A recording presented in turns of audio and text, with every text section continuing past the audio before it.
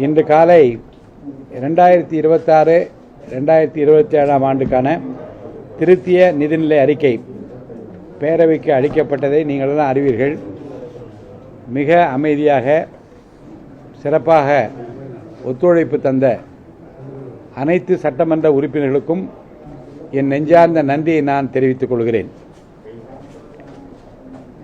2026-27 ஆண்டுக்கான வேளாண்மை துறையின் திருத்திய நிதிநிலை அறிக்கை நாளை 6/8/2026 பேரவைக்கு அளிக்கப்பெற உள்ளது.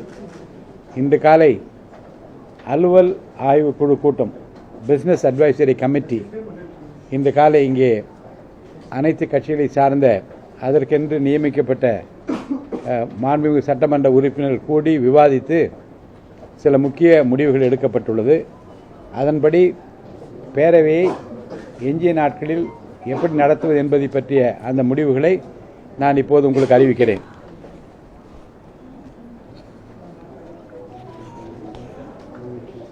வேளாண் அறிக்கை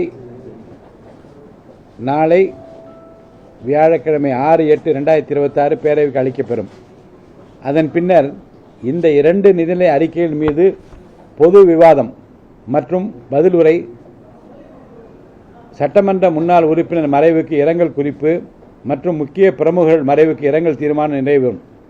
துறை வாரியான மானிய கோரிக்கைகள் பேரவையில் முன்மொழியை பெற்று அவற்றின் மீது விவாதம் மற்றும் வாக்கெடுப்பு உள்ளிட்ட அலுவல்களுக்கு நாட்களை ஒதுக்குவது என்பதை பற்றிய முடிவுகளையும் இப்போது நான் அறிவிக்க இருக்கின்றேன்.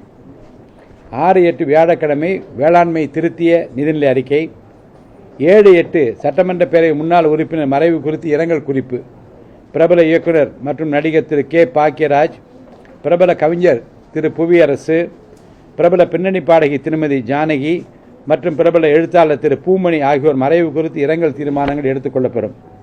2026-27 ஆண்டுக்கான திருத்திய நிதிநிலை அறிக்கை மற்றும் வேளாண்மை திருத்திய நிதிநிலை அறிக்கை ஆகியவற்றின் மீது பொது விவாதம் அன்றே தொடங்கும். 8/8/2026 சனிக்கிழமை மற்றும் 9/8 ஞாயிற்றுக்கிழமை அரசு விடுமுறை அன்று சட்டமன்ற பேரவை இருக்காது.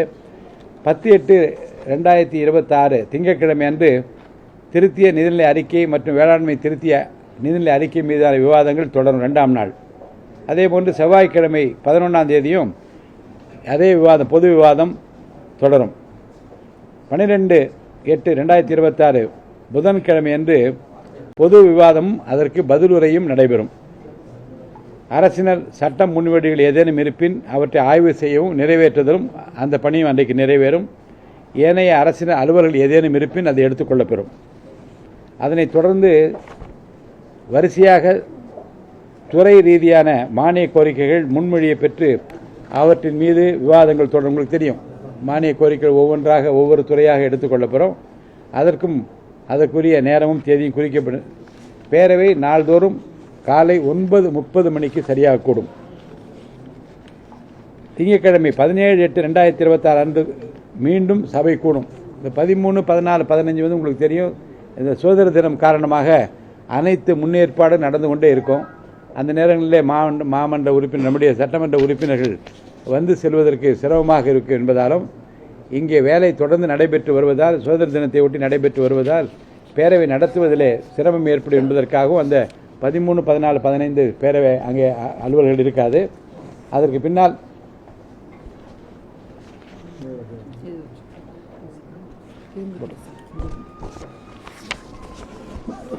17/8/2026 திங்கட்கிழமை வருவாய் மற்றும் பேரிடர் மேலாண்மை துறை, இயற்கை சீற்றங்கள் குறித்த துயர் தணிப்பு, மருத்துவம் மற்றும் மக்கள் நல்வாழ்வுத்துறை, அது திங்கட்கிழமை. செவ்வாய்க்கிழமை 18ஆம் தேதி நெடுஞ்சாலைகள் மற்றும் சிறு திருமணங்கள் துறை, கட்டடங்கள் பொதுப்பணித்துறை, இளைஞர் நலன் மற்றும் விளையாட்டு மேம்பாட்டுத்துறை, மனிதவள மேலாண்மை துறை, இது வந்து செவ்வாய்க்கிழமை 18ஆம் தேதி நடைபெறும். 19/8/2026 நீர்வளத்துறை, ஊரக வளர்ச்சி மற்றும் ஊராட்சித்துறை, சுற்றுலா, கலை மற்றும் பண்பாடு ஆகிய துறைகளுக்கான மானிய கோரிக்கைகள் மீதான விவாதமும் பதிலுரையும் அன்றே நடைபெறும். 20/8/2026 வியாழக்கிழமை அன்று உணவு மற்றும் நுகர்வோர் பாதுகாப்பு, கூட்டுறவு வியாழக்கிழமை 20ஆம் தேதி நடைபெறும். அன்றே மாண்புமிகு அமைச்சருடைய பதிலுரையும் இருக்கும். 21/8/2026 சிறப்பு திட்ட செயலாக்கத்துறை, நீதி நிர்வாகம், எரிசக்தி துறை,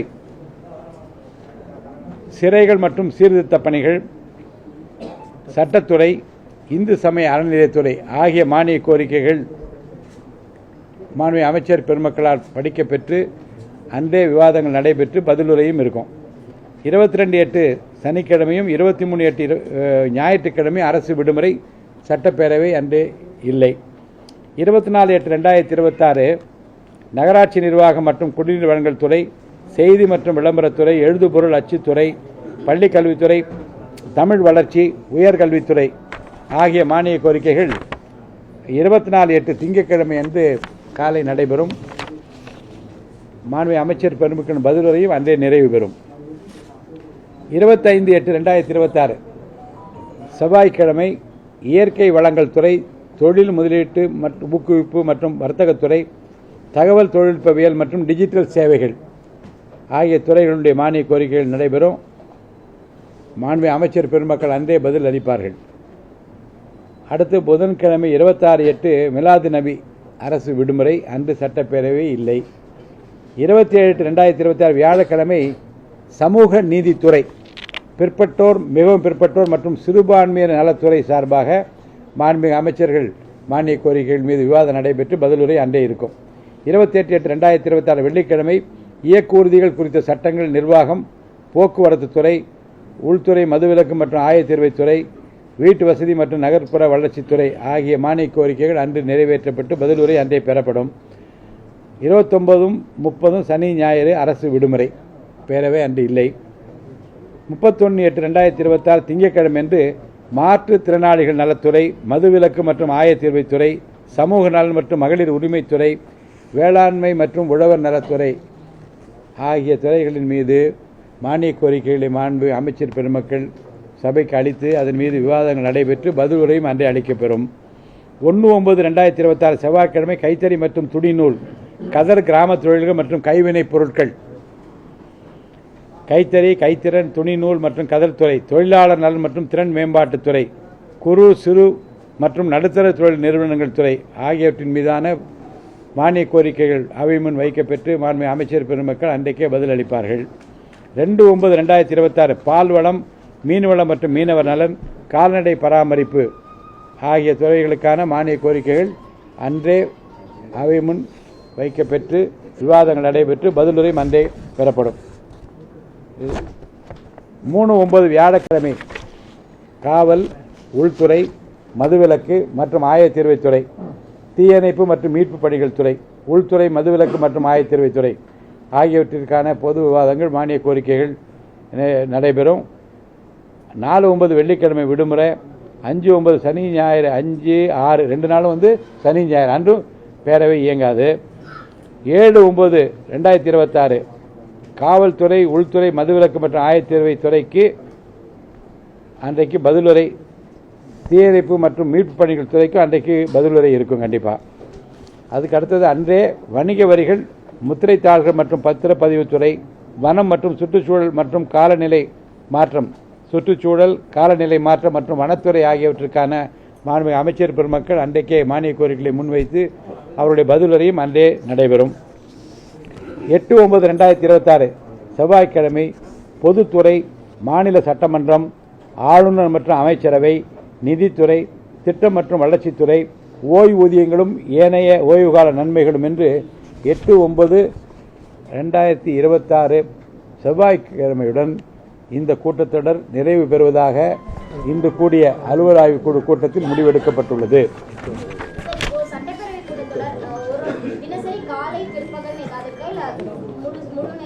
இப்போதைக்கு காலை 9:30 மணிக்கு தொடங்கி 1 மணி நேரம் கேள்வி நேரம் இருக்க வேண்டும். கேள்வி நேரத்தில் ஒருவேளை போதிய கேள்விகளுக்கு பதில் பெறுவதில் சிரமம் இருந்தால் அன்றைய விவாதங்களை உடனே துவக்கலாம். 1:30 மணிக்கெல்லாம் பேரவை எப்போதும் போல நிறைவு பெறும். அலுவல் ஆய்வுக் குழு கூட்டத்தில் சில கருத்துக்கள் தெரிவிக்கப்பட்டது. அதை ஒட்டி தேவைப்பட்டால் முன்பு இருந்ததைப் போல மாலை நேரங்களிலும் ஒரு 4:30 மணிக்கு கூடி ஒரு 6:30 மணி வரை 2 மணி நேரம் நடத்தலாமா என்பதை பற்றி விவாதித்திருக்கிறோம். தேவைப்பட்டால் மாலை நேரங்களில் நடக்கலாம்.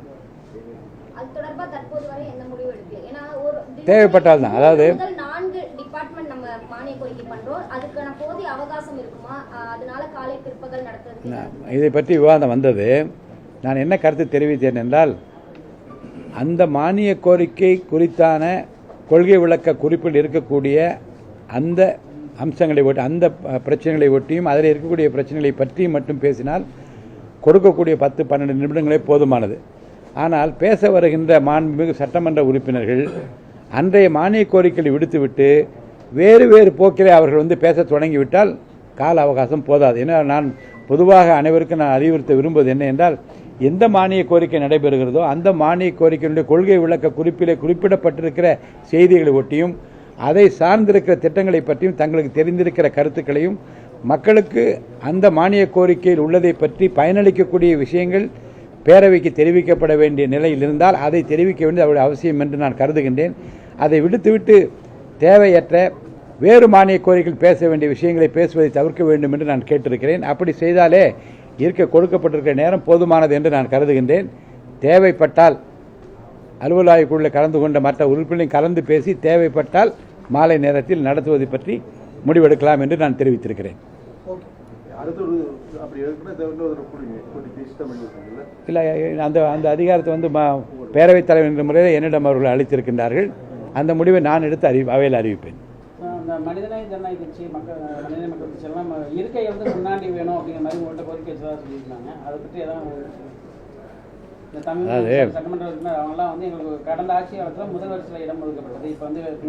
அதாவது என்னன்னா, விதி என்ன சொல்கிறது என்றால், தேர்தல் கமிஷன் தேர்தல் முடிந்தவுடன் எந்தெந்த கட்சியில் சார்பில் யார் போட்டியிட்டு வெற்றி பெறுகின்ற அறிவிப்பு எங்களுக்கு வருகிறது.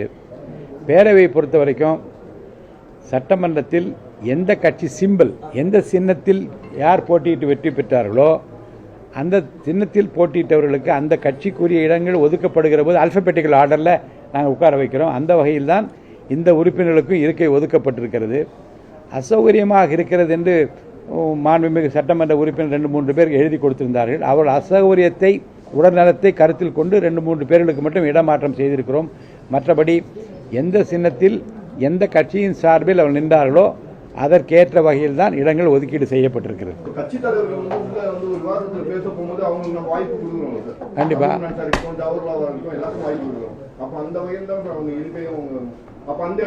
அந்த மாதிரி அதுதான் சொல்ல வந்தேன். மாண்புமிகு சட்டமன்ற உறுப்பினர்கள் உதாரணத்துக்கு ஒரு கட்சியிலிருந்து அவர் கட்சியின் சின்னத்தை விடுத்துவிட்டு எந்த கட்சி கூட்டணியில் இருக்கிறதோ அந்த கட்சியினுடைய சின்னத்தில் போட்டிட்டு இருந்தால் அவர்கள் அந்த பிரதான கட்சியினுடைய உறுப்பினராகவே கருதப்படுவார்கள். அப்படி கருதப்பட்டால் அந்த கட்சிக்கென்று ஒதுக்கப்படுகிற இடங்களில் அமர வேண்டும். அப்படி ஒதுக்கப்பட்டிருந்தால் பேசுவதற்கான நேரம் கூட அந்த பிரதான எந்த கட்சியில் கூட்டணியில் எந்த கட்சியினுடைய சின்னத்தில் அவர்கள் நின்றார்களோ அந்த கட்சியினுடைய பட்டியலில் தான் அவர்கள் பெயர் வாசிக்கப்படும். அந்த பட்டியலின்படி தான் நான் பேச அனுமதிப்பேன். தனியாக கட்சி பெயர் ஒன்றை வைத்துக்கொண்டு கட்சி நடத்தி கொண்டு அவர்கள் தங்கள் சின்னத்தில் நின்று வெற்றி பெற்றிருந்தால் தனியாக பேச அனுமதி உண்டு, அனுமதிப்பேன். ஆனால் வேறு கட்சியிலே கூட்டணியில் இருந்து கொண்டு அந்த கட்சியினுடைய சின்னத்தில் நின்று வெற்றி பெற்றிருந்தால் அந்த கட்சியினுடைய உறுப்பினராக நான் கருதி அவர்களை அந்த பிரதான கட்சி அவர்கள் பெயரை எழுதி கொடுத்தால் மட்டுமே நான் பேச அனுமதிப்பேன். அப்படி சொன்னதில் அவர்கள் ஏற்றுக்கொண்டு விட்டார்கள். அவர்களையும் நாங்கள் பேச எங்களுடைய பட்டியலில் சேர்த்துக் கொள்கிறோம் என்று சொல்லி இருக்கிறார்கள்.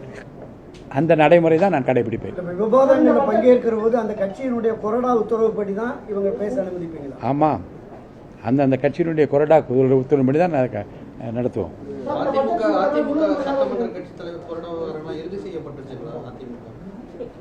அனைத்து இந்திய அண்ணா திராவிட முன்னேற்ற கழகத்தினுடைய இன்றைய நிலவரப்படி மாண்புமிகு திரு எடப்பாடி பழனிசாமி அவர்கள்தான் அனைத்து இந்திய அண்ணா திராவிட முன்னேற்ற கழக தேர்ந்தெடுக்கப்பட்ட சட்டமன்ற குழுவின் தலைவராக இருக்கிறார். இன்றைய நிலையப்படி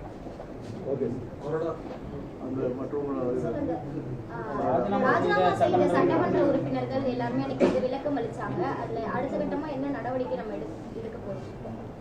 முதலில் 4 பேரையும் தகுதி நீக்கம் செய்ய வேண்டும் என்று கோரிக்கை வந்தது. அந்த 4 பேருக்கும் விளக்கம் கேட்டு அனுப்பியிருந்தோம். அவர்கள் விளக்கம் அளித்தார்கள். அந்த விளக்கத்தின் மீது வேறு பதிலுரையையும் மாண்புமிகு சட்டமன்ற உறுப்பினர் திரு எடப்பாடி பழனிசாமி அவர்கள் சில விளக்கங்களை கேட்டிருந்தார். அதில் அவர் கூறியபடி தன்னையும் அழைத்து தன்னுடைய வழக்கறிஞரும் அழைத்து அவர்களை விசாரிக்கிற போது என்னையும் அழைத்து விசாரிக்க வேண்டும் என்று சொல்லியிருந்தார். அந்த வாய்ப்பை தருவதுதான் சரியான நடைமுறையாக இருக்கும் என்கின்ற அந்த கருத்தின் அடிப்படையில் அவர்கள் சார்பிலே நேற்று இரு தரப்பினரும் வழக்கறிஞர் வரவழைத்து அவரிடம் விசாரணை நடத்தியிருக்கிறோம். விசாரணை மேலும் தொடர்கிறது. என்னங்க சொல்ல புரியல. லைவா நேரலையா? உறுதியாக இந்த பட்ஜெட் கூட்டத்தொடர் முழுவதும் நேரலை தமிழ்நாடு முழுவதும் உலகம் முழுவதும் மக்கள் பார்க்கின்ற வகையில் ஏற்பாடு செய்யப்பட்டுள்ளது.